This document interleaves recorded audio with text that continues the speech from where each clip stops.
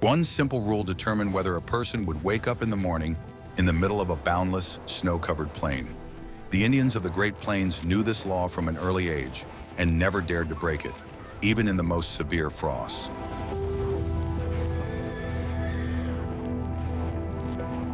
Many mistakenly believed that the main salvation from the cold was always a large and hot fire. However, in the open steppe, where the winds pierced through, fire was only a temporary convenience, not a guarantee of life. True protection lay in a special principle that was more important than flames and warm skins.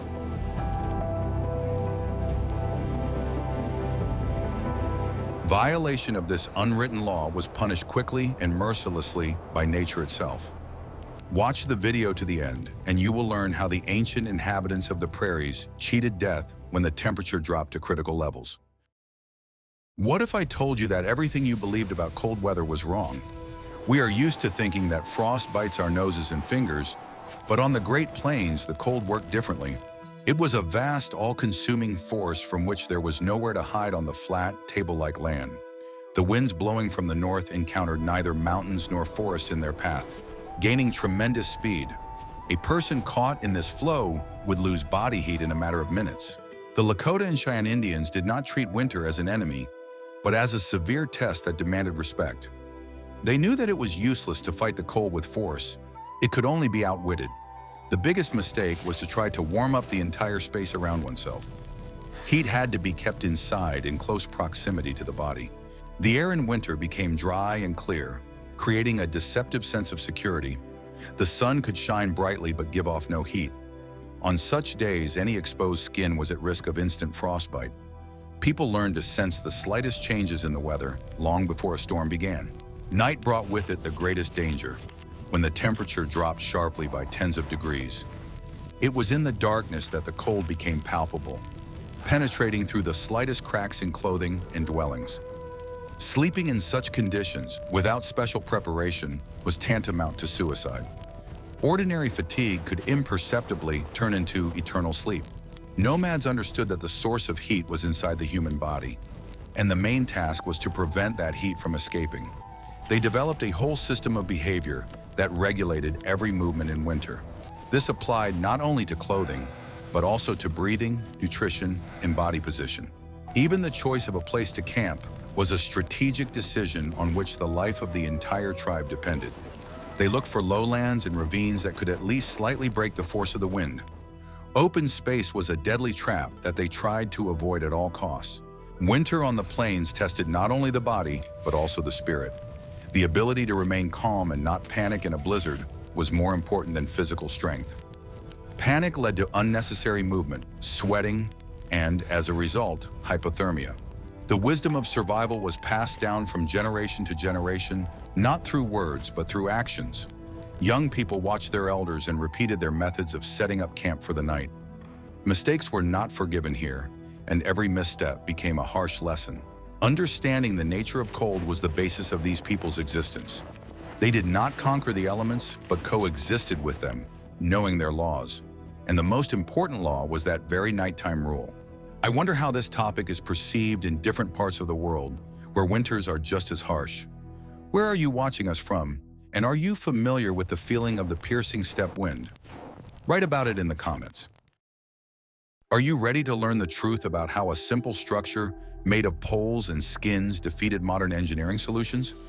The teepee, the traditional dwelling of nomads, was not just a tent, but a complex device for survival.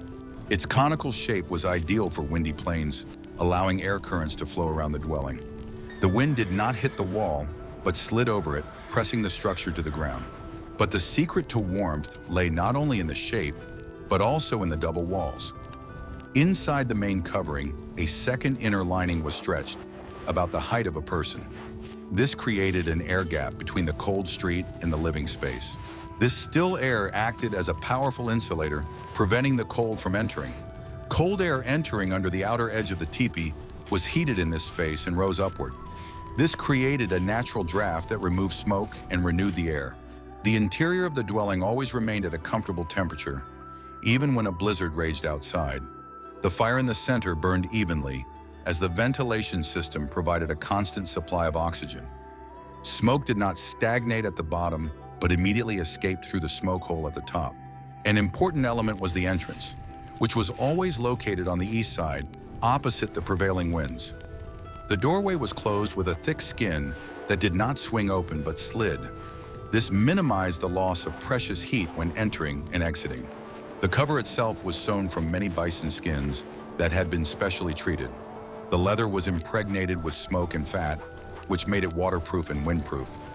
Light penetrated through the translucent leather, creating a cozy golden glow inside.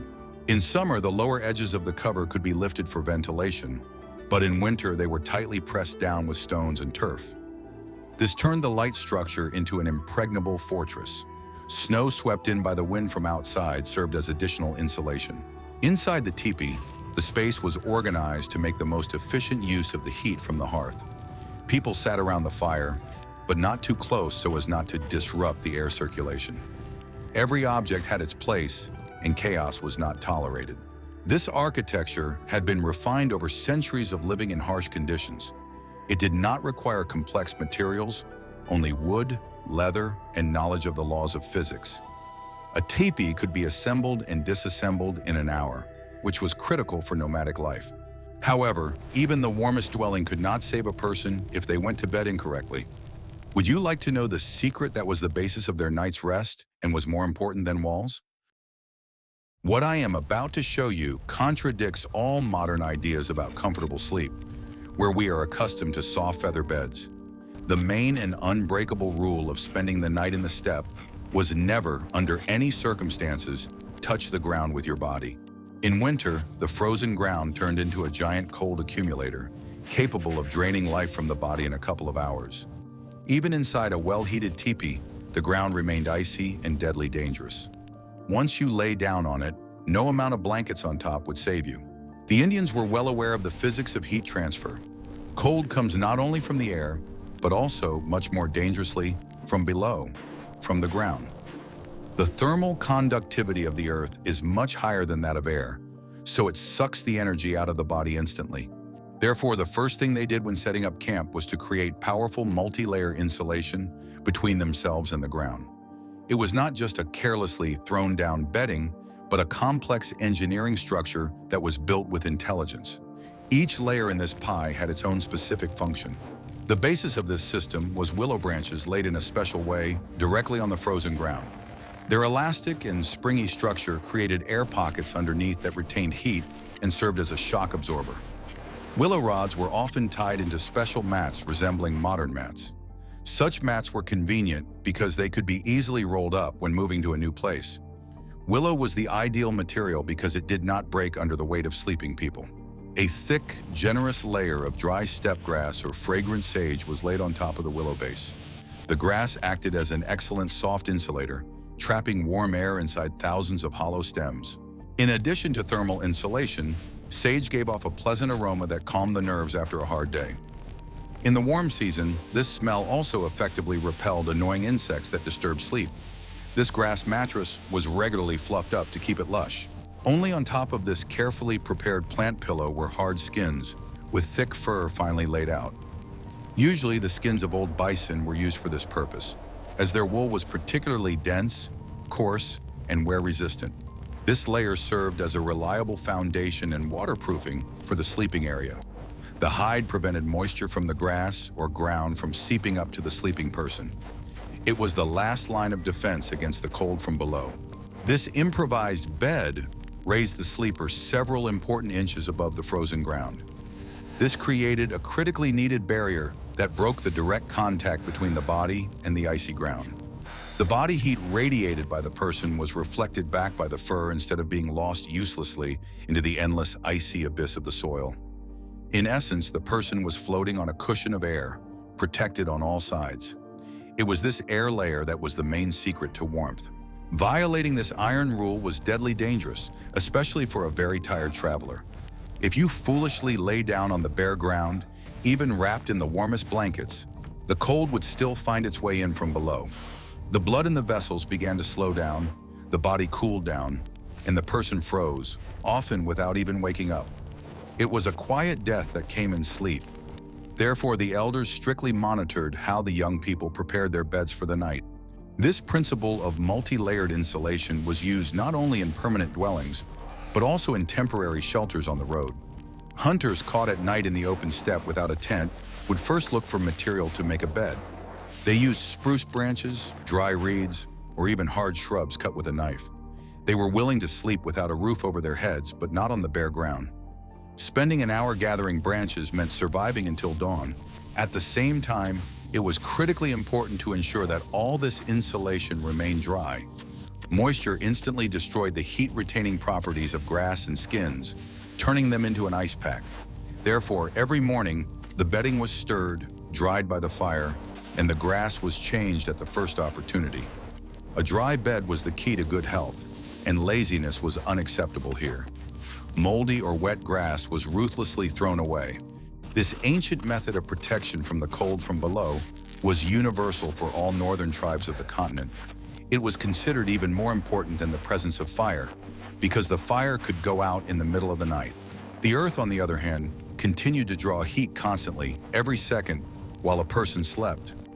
Maintaining proper insulation was literally a matter of life and death. If you find this ancient method ingenious, don't forget to like this video. Want to know a secret that will forever change your perception of clothing and warmth?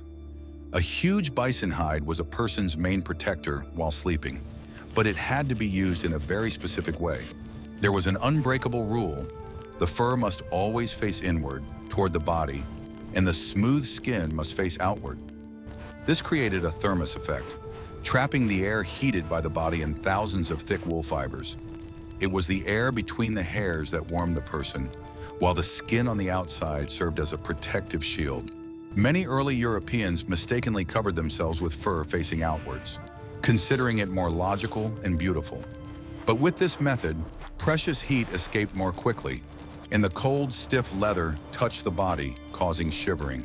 The Indians, on the other hand, turned the fur inside out, creating a personal microclimate around themselves, completely isolated from the outside environment. They understood the physics of the process intuitively, drawing on the experience of generations. The skin intended for sleeping was special, of the highest quality, soft and pliable, like fabric. The women of the tribe spent weeks of hard work turning the stiff, raw skin into an elastic blanket. The skin was scraped for a long time with bone scrapers and soaked in a special mixture of animal brains and liver. Then it was kneaded by hand for hours and stretched over ropes, breaking down the tough fibers.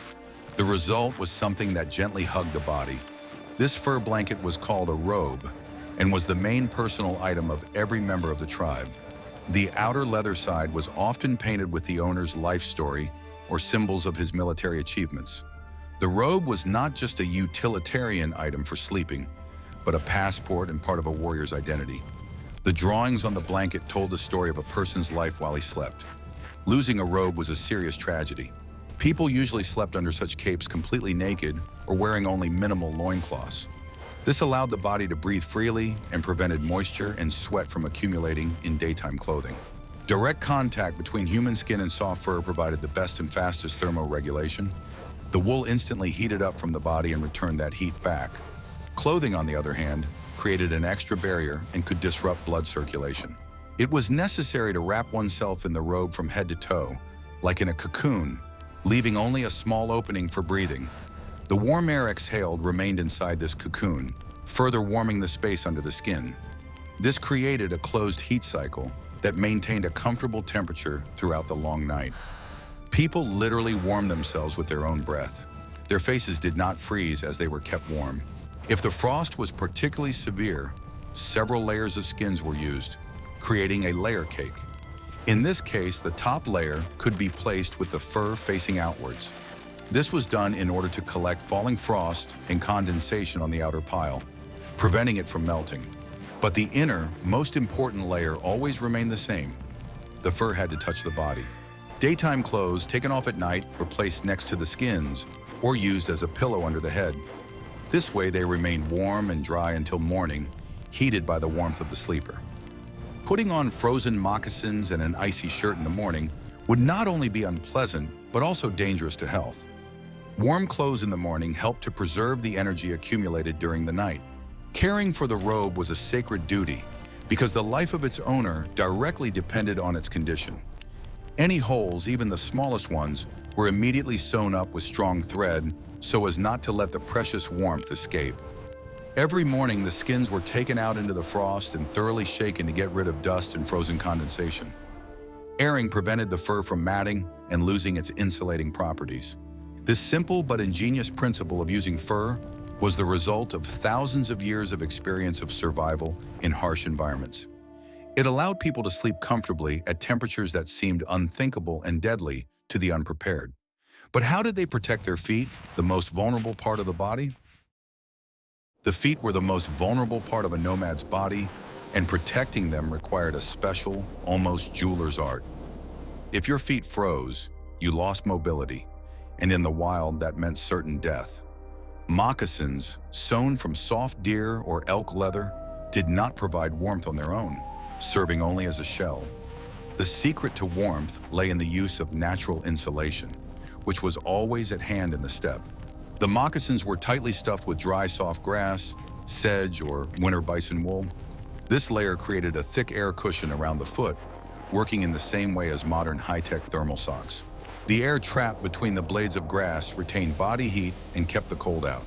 In addition, dry grass absorbed excess moisture well, leaving the skin dry, which was critically important. Wet feet in the bitter cold are a direct and quick path to frostbite and subsequent gangrene. Sweat as it cools turns into an ice pack that kills tissue.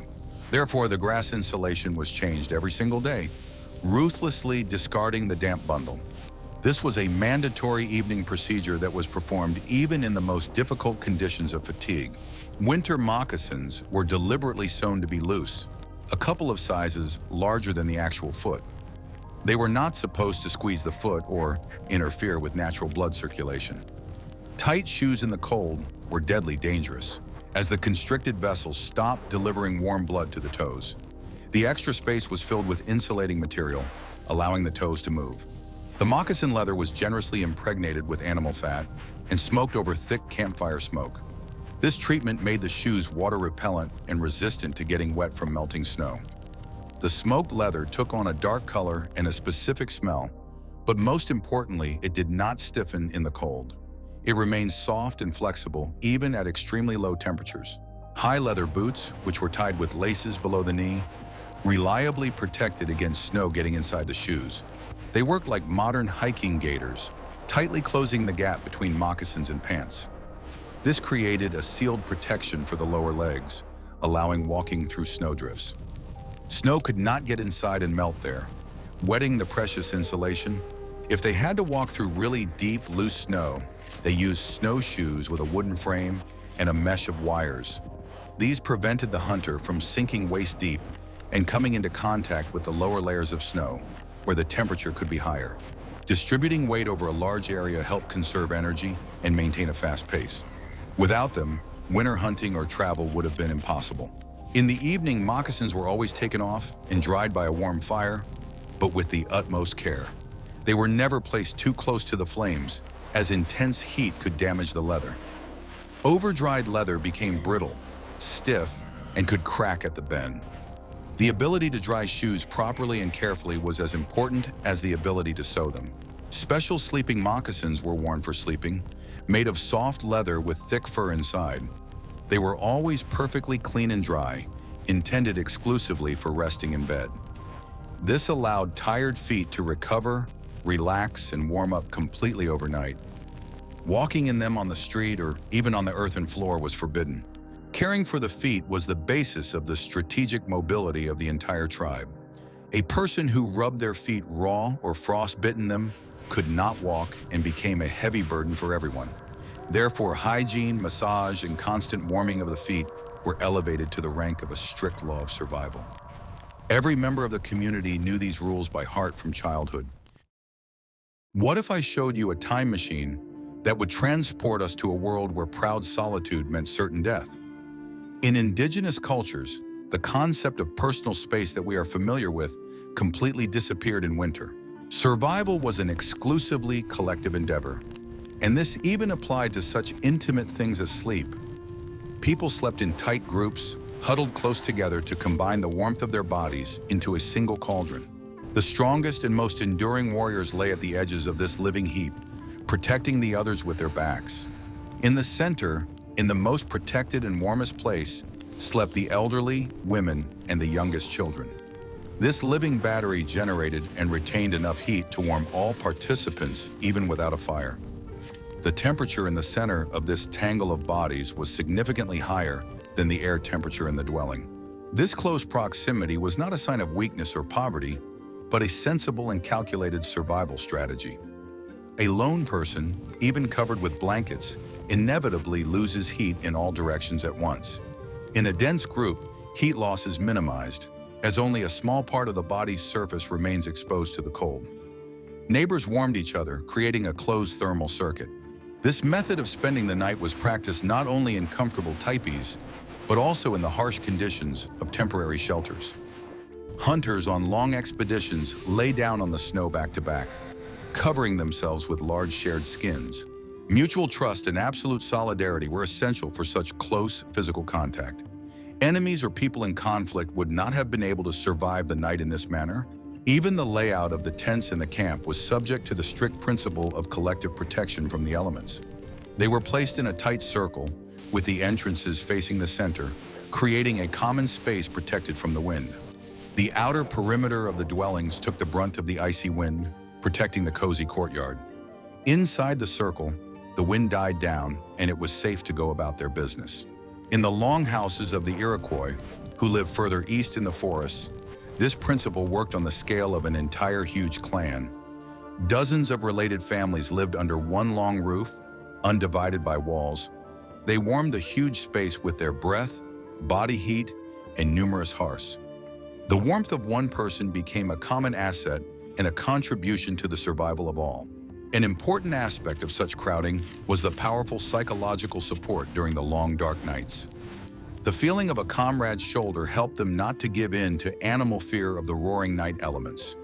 People knew that if someone started to freeze in their sleep, their neighbor would feel it and wake them up. Loneliness bred fear, while the group provided confidence and peace of mind.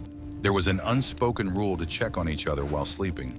Shivering from the cold was considered normal, but if a person suddenly stopped shivering and fell silent, it was a very bad sign. This was a stage of severe hypothermia, and comrades immediately began to rub and warm him with their bodies. It was everyone's duty to save a friend from the deadly sleep. The exchange of warmth was the highest and most sincere form of caring for one's neighbor.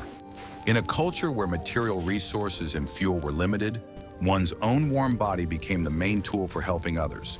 Selfishness and contempt in winter were unacceptable and severely punished, even to the point of expulsion. An expelled loner was doomed to death. This ancient practice teaches us that humans are deeply social creatures and that our true strength lies in unity.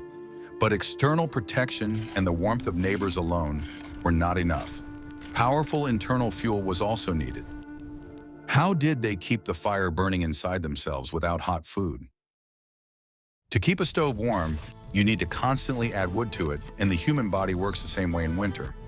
The Indians understood this simple physics perfectly. In the cold, the body burns a tremendous amount of energy just to stay warm. Ordinary plant-based foods or lean meat were not enough to cover these costs. A special high-calorie diet was needed to turn a person into a heat generator. The survival diet was radically different from what they ate in the summer. The main winter food, and a true masterpiece of food engineering, was pemmican, a unique energy concentrate. It was a thick mixture of sun-dried bison meat ground into a fine powder. This meat powder was mixed with a large amount of hot melted fat in a 1-to-1 ratio. Sometimes dried berries, such as cranberries or urga, were added to the mixture for flavor and vitamins. The result was a product that surpassed everything known at the time in terms of nutritional value. Pemmican had amazing properties. It could be stored for years in leather bags without spoiling at all, even without refrigeration. It was very dense and took up very little space, which was critical for nomadic life. A small piece of this product, about the size of a palm, gave a feeling of fullness and a powerful boost of warmth for long hours of work. It was the perfect, ready-to-eat dry ration for winter treks and cold nights.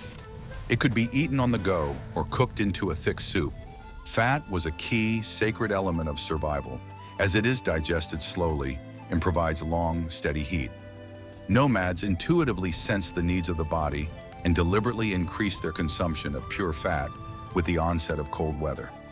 They enjoyed drinking hot meat broth with large pieces of fat floating in it. To modern people, this may seem like heavy food, but in the cold, it was medicine. Before going to bed, they made sure to eat something fatty or a piece of pemmican. This triggered an active digestive process, which in itself generated heat inside the body throughout the night. The stomach worked like an internal stove, warming the blood flowing through the veins. A hungry person froze in bed much faster than a full one, risking not waking up. Eating at night was not a bad habit, but a survival strategy.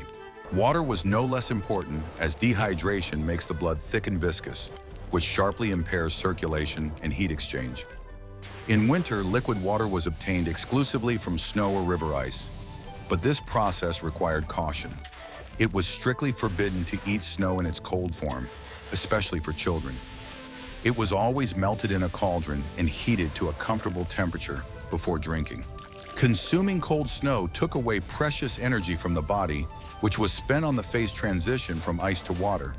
This sharply lowered the temperature inside the stomach, which could lead to general hypothermia of the body from within. In addition, snow that appeared clean could contain bacteria, and illnesses in winter became deadly due to the lack of herbs. Therefore, wise people always had a supply of dry fuel specifically for boiling water. In critical situations, hunters could drink the warm blood of a freshly killed animal. This provided an instant boost of strength, vitamins, and life-saving warmth while the carcass was still warm. The blood also replenished the dangerous salt deficiency that arose from the meager winter diet. This extreme method of nutrition often saved the lives of warriors cut off from the main camp by a blizzard. The entire tribe worked tirelessly throughout the summer and fall to prepare food supplies for the long winter. Deep storage pits dug in the ground were tightly packed with dried meat, pumpkin, corn, and bags of pemmican. These stores were carefully camouflaged so that strangers or animals would not find them. The loss of these supplies due to enemy raids or destruction by bears meant certain starvation for the entire tribe. The ability to control one's metabolism and appetite was an integral part of the science of survival.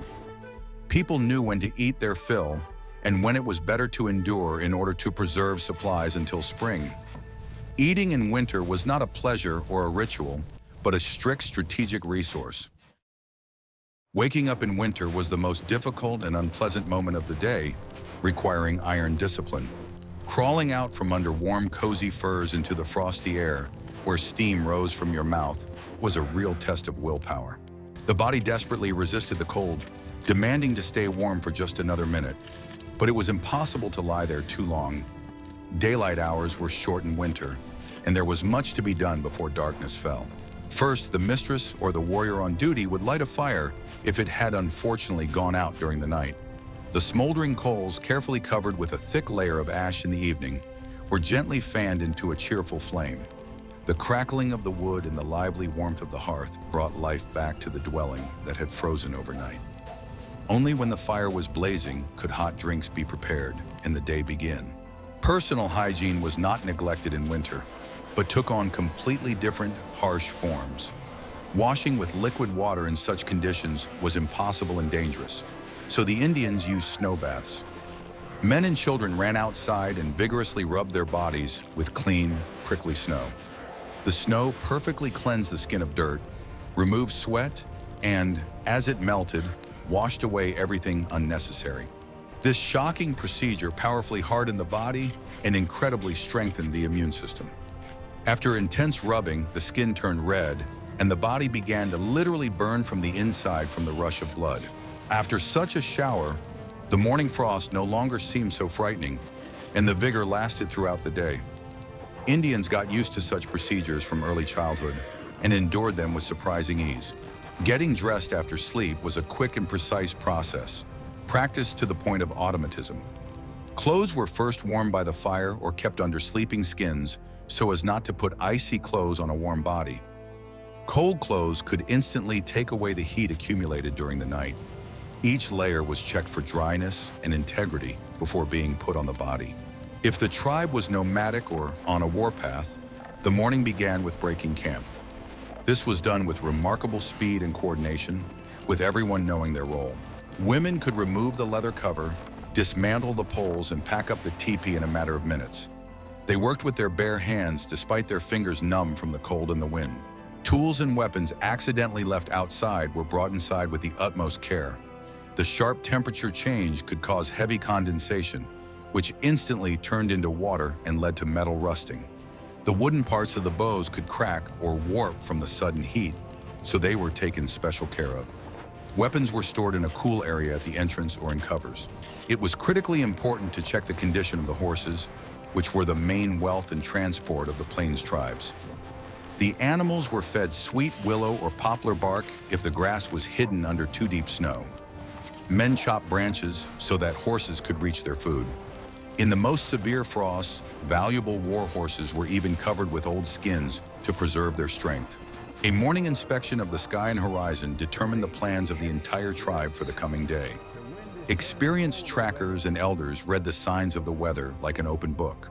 The halo around the sun, the shape of the clouds in the west, the behavior of the birds. Everything mattered. If the signs indicated that a snowstorm was approaching, no one left the camp, and everyone prepared for a siege. The beginning of each day was a small victory of man over the darkness of night and the deadly cold. Each dawn was not taken for granted, but was seen as a gift from the spirits and confirmation that they were on the right path. Life went on, obeying the strict and eternal rhythm of the winter steppe. Survival in extreme cold required not only warm clothing, but also a special, hardened state of mind. For centuries, Native Americans had cultivated calmness and endless patience, qualities necessary for the long polar winter. They knew that unnecessary fuss, irritation, and animal fear burned internal energy as quickly as the wind blows heat out of a poorly insulated dwelling. This energy was the currency of life, and spending it on emotions was an unaffordable luxury. The mind had to be as cold and clear as ice. The ability to endure discomfort and pain without complaint was considered the highest virtue and a sign of maturity. From an early age, children were taught not to cry from the cold, but to act immediately to warm themselves up, to run, jump, or seek shelter. Complaints and whining were seen as a waste of warm breath and a clear sign of weakness of spirit. If you waste your energy on self-pity, you will have no strength left to survive. Silent endurance was the norm. Long winter evenings, when darkness fell early, were a time for storytelling and passing on tribal wisdom. The elders, sitting by the fire, told legends in which the cold often appeared as a living, cunning creature. This spirit of winter could be appeased by showing respect or outwitted by using one's wits. This instilled in people not fear, but a respectful attitude toward nature as an equal rival. Stories taught how to behave in the forest, encoding lessons in fascinating plots. The art of sitting was the most important professional skill of any hunter on the plains. Remaining completely motionless for hours in a stakeout in the bitter cold required the ability to fall into a kind of deep trance. In this altered state of consciousness, the hunter slowed his breathing and even his heartbeat, conserving his body's resources. He shut out the perception of cold, concentrating only on his target. An ordinary person would freeze after an hour, but a hunter could sit for half a day. They believed that the cold cleansed the mind of distractions and strengthened the spirit, much like steel is tempered. Winter was a time for deep reflection, strategic planning, and creating beautiful things. While the blizzard raged, women embroidered intricate patterns with beads, and men carved pipes from stone or toys from wood. Creativity helped them not to go mad from the monotony and confined space. Their hands were busy with work, and their souls were filled with beauty. Everyone was certainly afraid of freezing, but it was a controlled and rational fear. People were well aware of the first symptoms of dangerous hypothermia: sudden drowsiness, apathy, and a false sense of warmth. Noticing these symptoms in themselves or their companions, they immediately took drastic measures to save them. Attentiveness to each other's condition was part of collective safety. Loneliness in the endless snowy desert could drive a person mad, so the Indians maintained constant communication. Even when on solo patrol, warriors used a system of sound signals, imitating birds or animals. This allowed them to feel an invisible connection with the tribe and know that they were not alone in the white silence. The sound of a familiar voice or the smell of campfire smoke were anchors that kept their consciousness grounded in reality. Humor was an important and powerful defense mechanism of the psyche against stress. Loud laughter got the blood pumping, made the lungs work harder, and relieved psychological tension. Jokes about the cold, hardship, and even death helped maintain optimism in the most difficult, seemingly hopeless situations. The ability to laugh at their suffering made people invulnerable. Spiritual practices and daily rituals also helped people survive the endless winter. Turning to guardian spirits and ancestors gave them a firm belief that the sun would return and spring would surely come. Faith was a powerful inner core that kept them from breaking under the weight of circumstances. Prayer warmed the soul where furs could not. Psychological resilience was the invisible foundation on which all other survival skills were built. Without it, the warmest bison skins and the brightest fire would have been useless. Strength of spirit warmed better than any campfire. Violating the harsh laws of winter always came at the same price: human life. Nature in these parts was a ruthless judge and did not forgive even the slightest carelessness, laziness, or overconfidence. Those who foolishly fell asleep on the bare ground or allowed their clothes to get wet rarely woke up to correct their mistake. There were no second chances here. The test was taken only once. Death from cold often came gently, insidiously, and almost imperceptibly to the victim. First, the agonizing shivering disappeared, the body relaxed, and the person suddenly felt warm and cozy. It was a deadly illusion, the last sweet deception of a dying, freezing brain. The pain went away, replaced by an irresistible desire to lie down and close your eyes for just a moment. If a person gave in to this desire, they would never get up again. In the final stage of hypothermia, a person began to see hallucinations. It seemed to them that it was unbearably hot around them. This frightening phenomenon, known in medicine as paradoxical undressing, often led to frozen people being found half naked. Their brains malfunctioned, and people tore off their protective clothing before dying. They died with a blissful smile on their faces, plunging into an eternal icy sleep. The Indians knew these signs well and feared them more than anything else. If a person began to behave strangely, tear off their clothes, mumble, or smile for no reason, they had to be rescued by force. They were not spared. They were slapped on the cheeks, rubbed harshly with snow, and forced to run and move through the pain. Cruelty at this moment was the highest form of mercy, preventing a friend from slipping into oblivion. Frostbite left terrible marks on the bodies of survivors for the rest of their lives. Lost fingers and toes, frostbitten ears or noses were commonplace for those who had ever disregarded the rules. These scars and injuries served as a vivid living reminder to everyone else of the dangers of the cold. Old warriors showed their hands to the young as a lesson. Losing a flint and tinderbox or a bag of tinder on a winter expedition could be a fatal mistake. Without the ability to build a fire to keep warm and melt water, a lone traveler's chances of survival were close to zero. Therefore, fire-making tools were guarded like the apple of one's eye, worn around the neck under clothing. Losing them was worse than losing a weapon. The death of a hunter was not just a personal tragedy, but a catastrophe for his entire family, who were left without their main breadwinner. Widows and orphans had to rely solely on the mercy of relatives and the laws of hospitality of the tribe. Therefore, the risks of hunting were always weighed very carefully. Heroism was not worth the hunger of children. A man had to return alive at any cost. Sometimes terrible things happened, and entire camps perished if a snowstorm caught them in the open during their journey, or if enemies destroyed their winter food supplies and burned their teepees during a raid. The history of the Great Plains has many sad pages when the spring sun revealed the terrible scenes of frozen camps.